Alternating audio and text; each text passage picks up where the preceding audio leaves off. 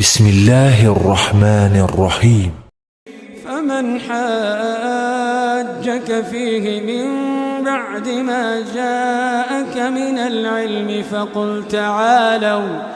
فقل تعالوا ندع أبناءنا وأبناءكم ونساءنا ونساءكم وأنفسنا وأنفسكم ثم نبتهل فنجعل لعنة الله على الكاذبين. إن هذا لهو القصص الحق وما من إله إلا الله وإن الله لهو العزيز الحكيم.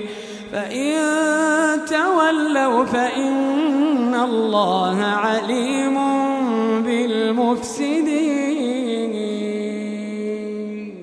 قل يا أهل الكتاب تعالوا إلى كلمة سواء بيننا وبينكم ألا نعبد إلا الله ولا نشرك به شيئا ولا يتخذ بعضنا بعضا أربابا من دون الله فإن تولوا فقولوا اشهدوا بأننا مسلمون. يا أهل الكتاب لم تحاجون في إبراهيم وما أنزلت التوراة والإنجيل إلا من بعده أفلا تعقلون. ها أنتم هؤلاء حاججتم فيما لكم به علم فلم تحاجون فيما ليس لكم به علم والله يعلم وأنتم لا تعلمون.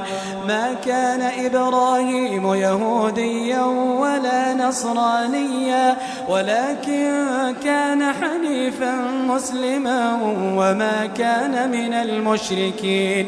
إن أولى الناس بإبراهيم للذين